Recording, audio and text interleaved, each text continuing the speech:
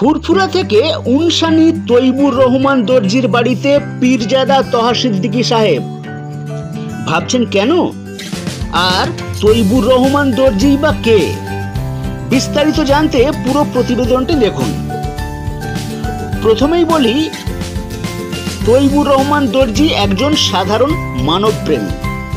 জগাছা থানার অন্তর্গত উনসানি 46/56 নম্বর ওয়ার্ডের একজন সাধারণ মানুষ, যিনি সকাল থেকে রাত পর্যন্ত সর্বদাই মানুষের ছোট বড় সমস্যার সমাধান করতে চেষ্টা করে যাচ্ছেন। তাই মানুষের সুবিধার্থে নিজের বাসভবনে একটি নতুন অফিস করেন, আর সেই অফিসে দোয়া মেহফিল করতে ছুটে আসেন ফুরফুরা শরীফ থেকে স্বয়ং পীরজাদা তহা সিদ্দিকী সাহেব।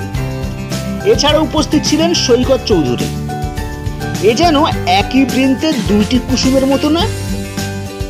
কিন্তু বর্তমান পরিস্থিতি নিয়ে কি বললেন পীরজাদা তহা সিদ্দিকী সাহেব এবং কি বললেন সৈকত চৌধুরী, শোনাবো।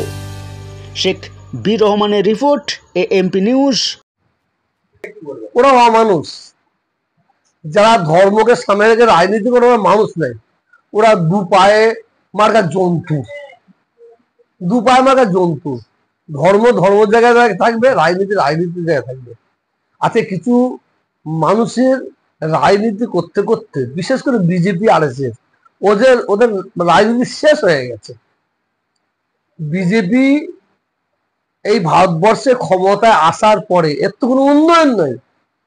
এই ভারতবর্ষে কোটি কোটি উচ্চশিক্ষায় শিক্ষিত ছেলে মেয়েরা তারা কিভাবে চাকরি পাবে, জব পাবে, সেদিকে এই সরকারের কোনো চিন্তা নেই। কোটি কোটি ছেলে মেয়েরা কিভাবে কাজ পাবে, কলকারখানা করবো, ভারতবর্ষে উন্নয়ন করে তাদের কাজ দেবো, নাই। এই সরকারের তো উন্নয়ন শুধু একটাই, মন্দির আর মসজিদ, মুসলিম আর হিন্দু, এছাড়া কিছু নেই। আর এরা ধরা পড়ে গেছে, এরা কিছু সাধারণ হিন্দু ভাইদের ব্রেন ওয়াশ করে এদের মাথায় ঢুকিয়ে দিয়েছিল যে হিন্দু মুসলমানের দাঙ্গা করে আমরা অনেক কিছু করতে পারবো। আমার হিন্দু ভাইয়েরা, মায়েরা, বোনেরা বুঝতে পেরেছে এরা শুধু আমাদের ইউজ করে আমাদের যে ভ্রাতৃত্ব ভালোবাসা, যে হিন্দু মুসলমান ঐক্যটা ছিল, সেটাকে নষ্ট করার মূল চক্রান্ত।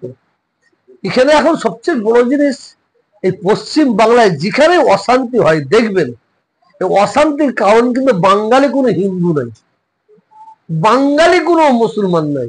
এর অশান্তির কারণ মেন হচ্ছে অবাঙালি, যারা অন্য রাজ্য থেকে এসে এরা আমাদের বুকে এসে আমাদের বুকে লাথি মারার চিন্তা ভাবনা নিয়েছে। অর্থাৎ আমরা বাঙালি হিন্দু, বাঙালি মুসলিম, আমরা সম্প্রীতির হিন্দু, সম্প্রীতির মুসলমান। আমরা অপেক্ষা করুন, এই হিসাব 2026 আমরা বুঝিয়ে দেবো। কি বলবো, যে কোনো বলার ভাষা নেই। হুজুর সাহেব আমাদের এখানে এসছেন, আমরা ধন্য হয়ে গেছি, আমরা দক্ষিণ আওড়ার মানুষ ধন্য হয়ে গেছি। যাকে পাওয়ার জন্য সারা ভারতবর্ষে সকলে অপেক্ষা করে থাকে, তাকে এত কাছ থেকে আমরা পাচ্ছি। সুতরাং মানে একটা অবিস্মরণীয় দিন যাকে বলা যায়, ওনাকে এত কাছ থেকে পেলাম। আমরা একটাই কথা বলবো, বাংলার মানুষকে যারা ভাবছে যে এরম করে বাংলার মানুষকে করতে পারবে, সেটা কখনোই সম্ভব না। কারণ সারা দেশকে বাংলাই পথ দেখিয়েছে। সারা দেশের যে সর্বধর্ম সমন্বয়, যে সার্বভৌমত্ব রয়েছে, সেটা বাংলাই দেখিয়েছে সর্বপ্রথম থেকে, সে স্বাধীনতা সংগ্রামের আগে থেকে আজ পর্যন্ত। সুতরাং বাংলার মানুষ, সমস্ত ধর্মের মানুষ, সমস্ত বর্ণের মানুষ, সবাই এক ছিল, এক আছেন, এক থাকবেন।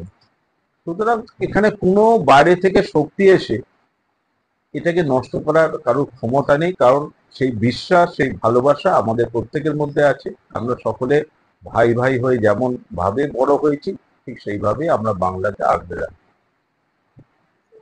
সামনেই কবিগুরুর জন্মদিন বা জন্মদিবসগুলো কি বার্তা দেবেন? কবিগুরু আমাদের সকলের কাছে অত্যন্ত, কি বলবো, আমাদের চলার পথে, এগোনোর পথে প্রতিটা বাংলার মানুষের কাছে কবিগুরুর অবদান বিশাল।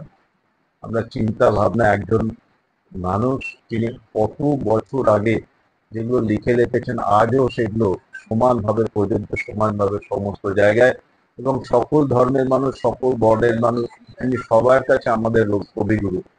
সুতরাং আবার সেই দিনটায় বা তার আগে পরে সমস্ত দিনে আমরা যেভাবে কবিগুরুকে সকল জায়গায় স্মরণ করে আমাদের সকলের প্রিয় নেত্রী আমাদের মাননীয় মুখ্যমন্ত্রী মমতা বন্দ্যোপাধ্যায়, যেগুলো আমাদের মনীষীদের এর আগে ভুলিয়ে দেওয়ার একটা চেষ্টা করা হচ্ছিল, সেক্ষেত্রে কবি নজরুল কবিগুরু রবীন্দ্রনাথ ঠাকুর থেকে শুরু করে কাজী নজরুল থেকে শুরু করে সকলে আমরা জন্মদিন শুধু নয়, তাদেরকে শ্রদ্ধা করি, তাদের সবসময় আমরা করি এবং তাদের চিন্তা ভাবনা যাতে আমাদের এই বাংলা চলতে পারে সেটা আমরা সেভাবেই চলবো।